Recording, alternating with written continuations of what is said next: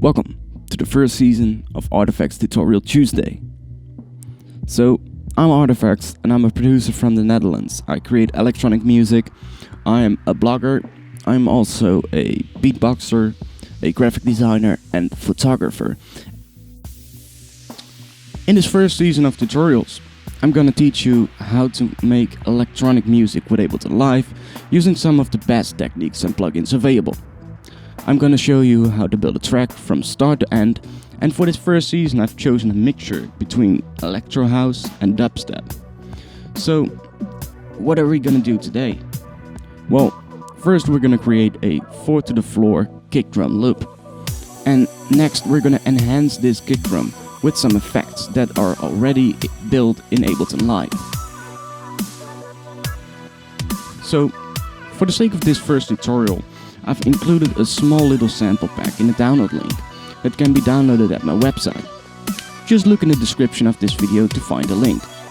Also, I highly recommend viewing my tutorials on 1080p, which will give you a clear view of what I'm doing.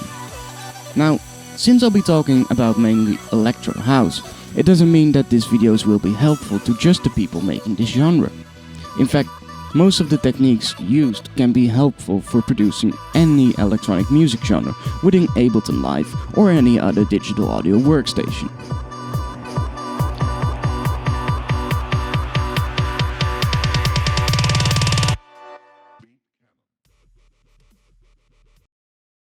So, let's start off with our blank Ableton project. First, we drag our loop marker all the way to the left, and we activate the little loop button on the top of the screen and zoom in on our 4-bar loop. Now, let's change our tempo to 128 BPM, which in my point of view is the most used tempo in electro house. You can have tempos ranging from 120 to 135 and maybe even up to 140 BPM if you really want to go fast.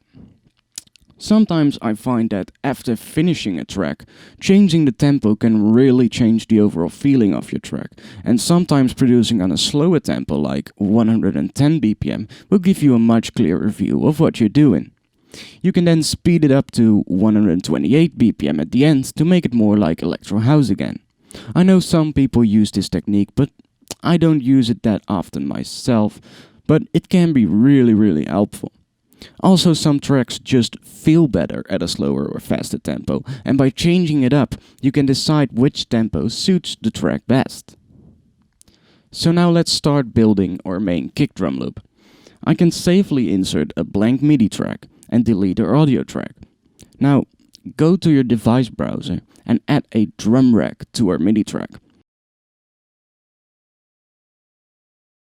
Let's rename the drum rack to kicks, since all of my kick drums are gonna be in this device. Now let's create a 4-bar loop and start adding our kick drums to our project.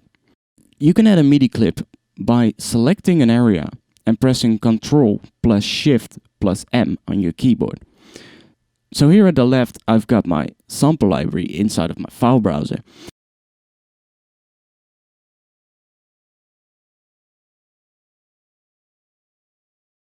And in our kicks folder, we have 2 kick drums. One really punchy kick drum with a very crispy high end, and a more subby kick drum to provide the low bottom end of the kick.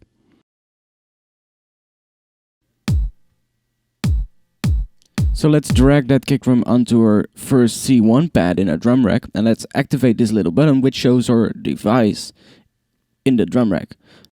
So now let's also drag the second kick drum in there and start adding in our notes. We open up our MIDI clip and program in our first subby kick drum. Now we select this note and press Ctrl plus D on our keyboard to duplicate it over 3 more times. Now we have a 4 to the floor kick drum loop. Easy, huh? And actually, it sounds pretty good already.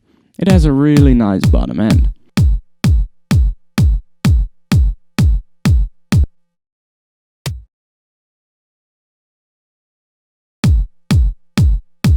But it's a little too long for my taste, so inside the drum rack, we can play around with the envelopes to control the transience of the drum sample.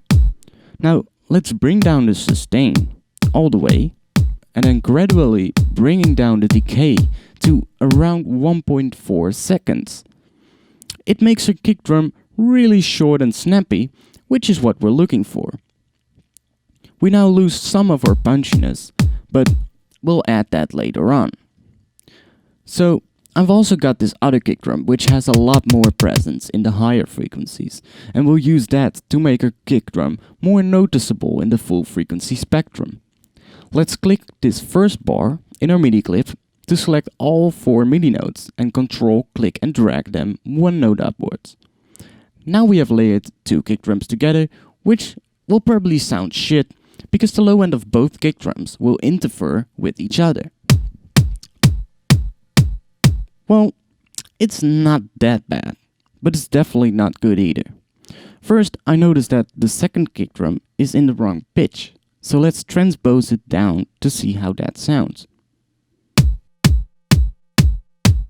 Oh, well, let's transpose it up 1 semitone. Now we can clearly hear it suddenly hits at the perfect pitch. Put it on +2 semitones and it loses its punch again, so it's definitely on +1 semitone. Now for the second kick drum, we only need the attack of the sound, which is the high frequency click at the start of the sample. So let's take the sustain down all the way and also take down the decay until we are left with just the start of the sample. Now the last thing to do is taking out all of the low frequencies of this sample. This makes sure that the second kick drum doesn't muddies up the first kick drum in the low frequencies. Now let's finally see how that improved our kick drum. So this is without the higher frequencies, and this is with. As you can hear, it really brought out the sound. Also the second kick is a little loud, so let's take the volume down to -2 decibels, which should be enough.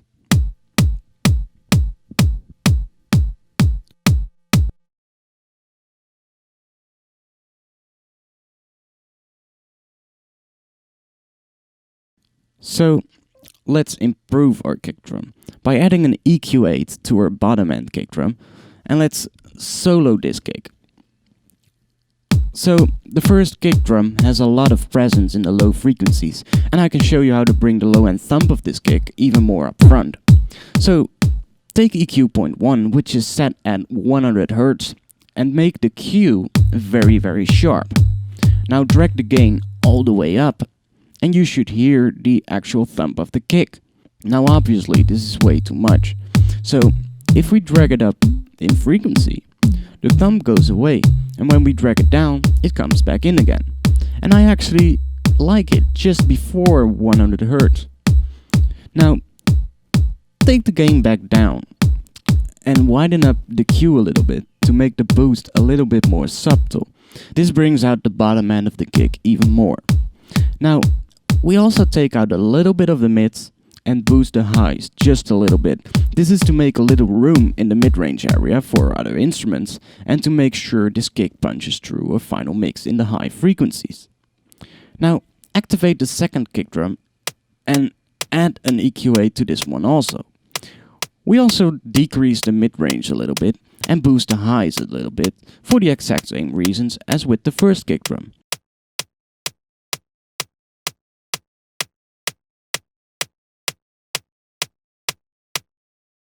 And then together it sounds like, well, a very punchy kick drum. Now let's add a very simple compression preset onto our kick. Ableton comes with some really powerful presets for its native plugins, and one I use most is the Mix Gel preset for its native compressor.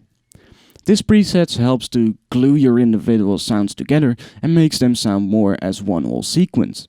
So let's drag this preset to our kick track and make sure to put it after the drum track, otherwise it will affect just one of the kicks and we want it to affect both kick drums together.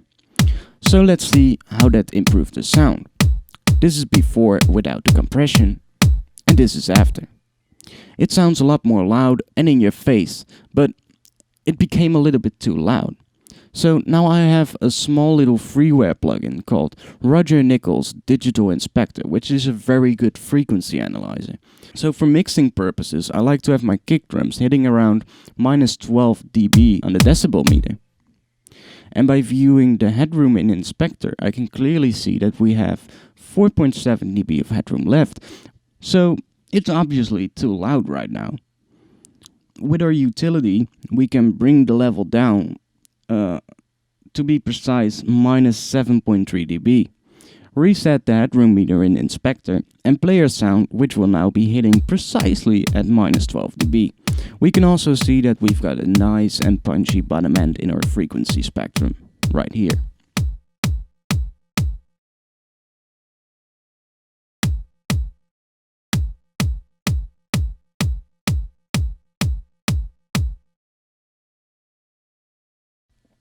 So that was it for the first tutorial.